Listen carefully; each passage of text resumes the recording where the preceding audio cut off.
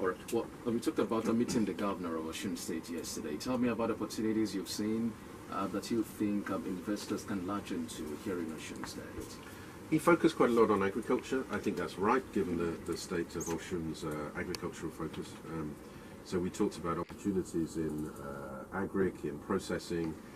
Last night I met a number of entrepreneurs, SMEs and larger companies as well. We had dinner and we talked about some of those barriers, if you like, to do business here, about finding a market, about getting finance, about bringing in mechanization and expertise. And I do think in all of those areas that the UK has expertise, it has people, companies who are very experienced in the agric sector. So I'm talking to my colleagues in Lagos from the Department for International Trade. They're going to come here and engage with the governor and the commissioners, the relevant commissioners, and of course with the private sector to see what we can do to bring that expertise to add value to some of the agricultural produce which is made here. You know, I always say the best avocados, the best mangoes that I've ever tasted are from Nigeria. So why aren't they on the supermarket shelves in Waitrose in London? You know, there's a reason for that, and I think helping to get from the sort of quality product that you've got at the moment to a product which adds huge value through export is one of those challenges. With the governor we talked about mining. He's very interested in gold mining, solid minerals. Again, we're going to look at that kind of area. And the third thing he talked about was tourism. And of course with Ife here and the Yoruba nation, the heart of the Yoruba nation. I've mentioned the diaspora. I've no idea how many of the million people in the UK of Nigerian descent are Yoruba, but I think there's quite a lot of them. You know, they want to come back here, but they need an experience which is positive. They need infrastructure. They need hotels where there's water in the bathrooms.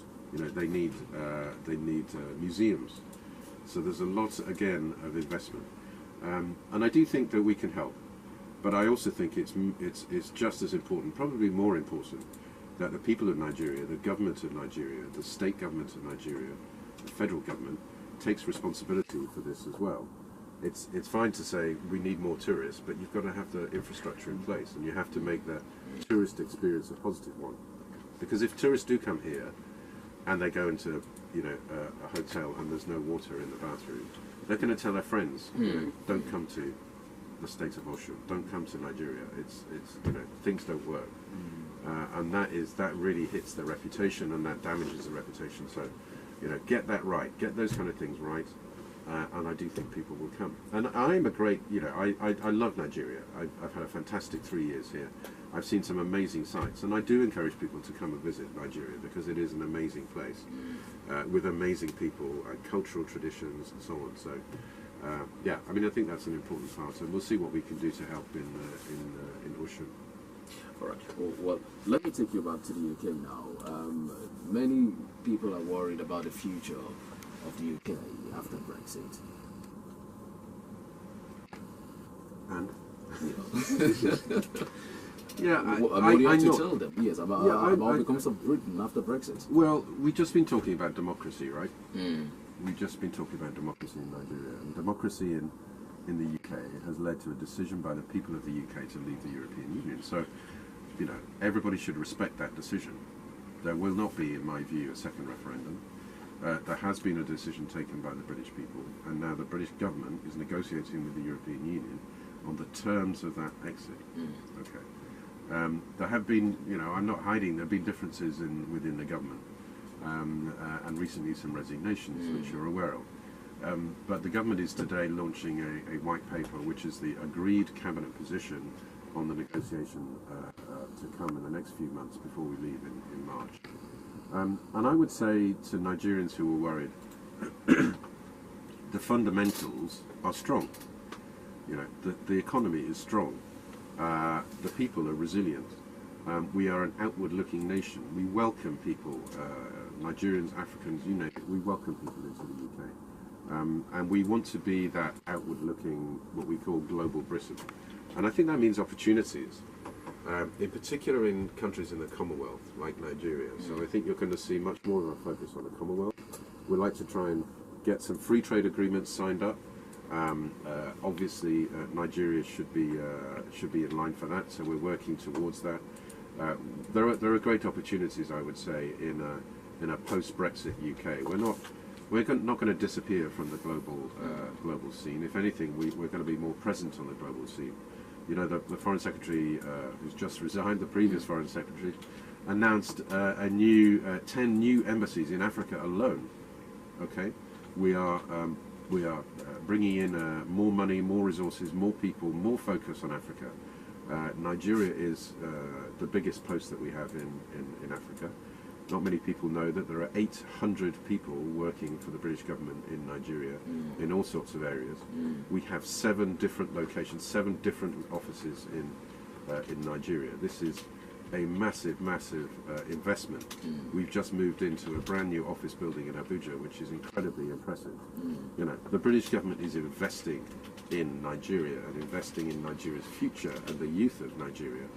And that's not going to change with Brexit. In fact, you can see opportunities to even improve and increase that support. You know, some people are worried that it may mean maybe reduced opportunities for Nigerians and you know, to access the UK when the Brexit is fully implemented, and they're also worried about the reduced influence of Britain on the global stage. Well, let's see what happens. I mean, in terms of access, I don't see any change in the current policy. There is a perception out there that you know, every Nigerian that applies for a visa is turned down. Actually, I have access to the figures, okay, and I can tell you that almost 70%, that's 70% of all visa applicants last year received their visas.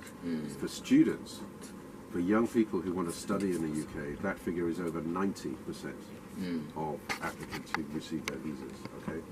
So there's a bit of a myth about us trying to keep out Nigerians. We want to keep out Nigerians who are going to overstay.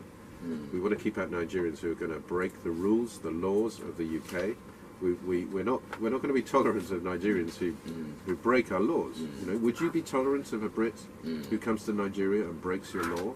I don't think you would. I don't think you would. So, you know, obey the rules, apply early, get all your documents in line. You know, and I would say this. Sadly, this has happened occasionally. People producing forged documents in visa application forms.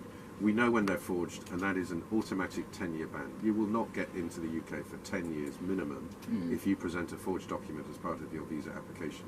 So I just put that out there without accusing anybody, but just in case anybody's tempted, or you know, somebody says, "Oh, I can give you this document for 20,000 naira or something." We know about those documents. We will find them, and you won't get in.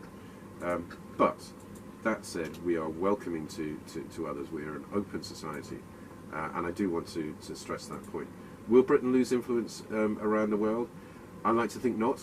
I think we have so many different and really strong relationships around the world. We're going to stay in Europe. We may not be in the European Union.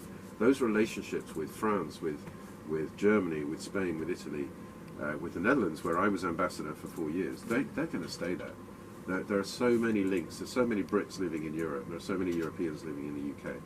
And then looking more widely, again, focusing on the Commonwealth and some of those, what you might call traditional relationships in Africa and elsewhere, I think is a huge opportunity for everybody. All right, well, we'll take a short break for a commercial now. And when we return, we'll be talking more about visa opportunities, especially as regards Nigerians who like to study in the UK. I'll be back after this break. Even 91.7 FM. Good job. Trying to give me difficult questions. Trying to get me to criticize the government.